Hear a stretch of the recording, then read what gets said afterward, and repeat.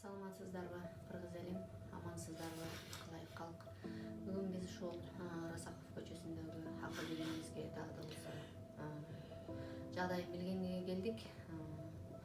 Адаттагыдай эле ушундай күнүмдүк өмүрүн кечирип отурат. Ушундай жагдайда ушул кыргыз элиме кайрыла делек кайда керек карабаган инсандар болсо жардамыңыздарда аябасаңыздар.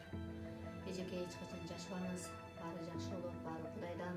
Эми балаңыздын Куда маңдайына жазылган нерсе, буну да сынып кабыл алсаңыздар болот. Аликамки эжел аралык кайрымдуулук фонд ушул акыл бегибизге курбол бербестен аз да болсо ушул 15.000 акча алып келип отурабыз. Ушуну тапшырып койсок эжеке, ушул леченияга, дарыга жумшап коесуздар. Өзүң дагы бир сөз болсо сүйлөп кетсең.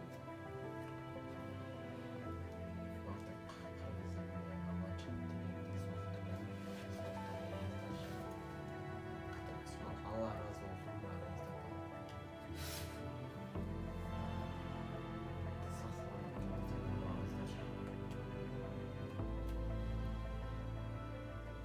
Эже сиз дагы бир сөз сүйлөп коюңуз.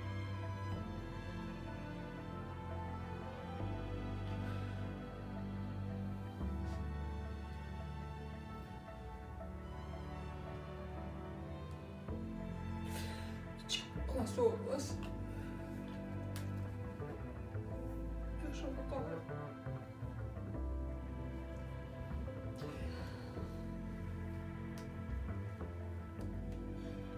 Жакта эже бир аз жашып сүйлөй албай атат. Тура түшүңүздөр. Не демекчибиз?